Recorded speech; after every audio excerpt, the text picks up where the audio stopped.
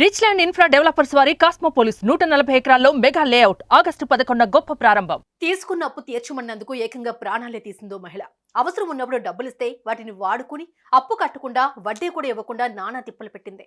ఎన్ని ప్రయత్నాలు చేసినా విఫలమవుతూ ఉండడంతో తీసుకున్న అప్పు ఇచ్చేయాల్సిందే అని భీష్మించుకుని కూర్చున్న మహిళ ప్రాణాలే తీసింది మరో మహిళ.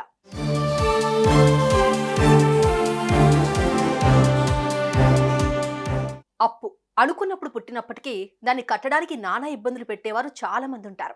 డబ్బులు తీసుకునేటప్పుడు అమ్మా అయ్యా అనేవారు కాస్త డబ్బులు చేతిలోకి రాగానే నువ్వెవరో నేనెవరో అన్నట్లు ప్రవర్తిస్తూ ఉంటారు. ఇదిగో ఈ ఘటనలోనూ అదే జరిగింది. డబ్బు తీసుకునేటప్పుడు నైస్ గా మాట్లాడింది.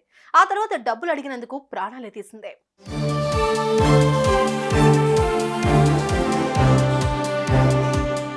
ఈ ఘటన జరిగింది మరెక్కడో కాదు, హైదరాబాద్ ఎల్బీ నగర్ లో. శివగంగ కాలనీలో నివాసం ఉంటున్న నర్సమ్మ స్థానికంగా ఉంటున్న మహిళకు 20,000 రూపాయలు అప్పిచ్చింది. అత్యవసర పరిస్థితుల్లో కాళ్ల మీద పట్టడంతో ఆమె బాధ చూడలేక డబ్బులు ఇచ్చింది. అయితే డబ్బులు తీసుకుని నెలలు గడుస్తున్నా వాటిని నర్సమ్మకు రిటర్న్ చేయలేదు సరోజిని.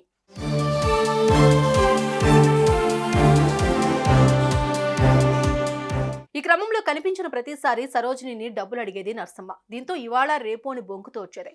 ఈ క్రమంలో గత రాత్రి సరోజినిని ఇంటికి వెళ్ళింది నర్సమ్మ. ఇప్పటికిప్పుడు 20,000 ఇచ్చి తీరాల్సిందే అని పట్టుబట్టింది. దీంతో ఇద్దరి మధ్య మాటా పెరిగింది. కోపంతో ఊగిపోయిన సరోజిని అక్కడే ఉన్న సుత్తితో నర్సమ్మపై దాడి చేసింది. తలకు బలంగా కొట్టడంతో నర్సమ్మ అక్కడికక్కడే చనిపోయింది.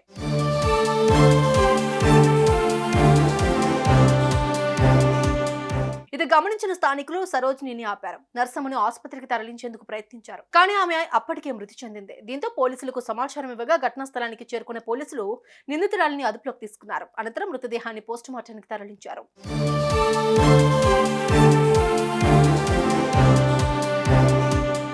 కష్టకాలంలో ఆదుకున్న నర్సమ్మను హతమార్చింది సరోజిని. కేవలం 20,000 కోసం ప్రాణం తీసి ఇప్పుడు కటకటాల పాలైంది. పలానా రోజునిస్తానని చెప్పి పంపిస్తే అయిపోయేదానికి ఇంతవరకు తెచ్చుకుని ఇప్పుడు జైలు కూడుకు అలవాటు పడాల్సిన టైం వచ్చింది.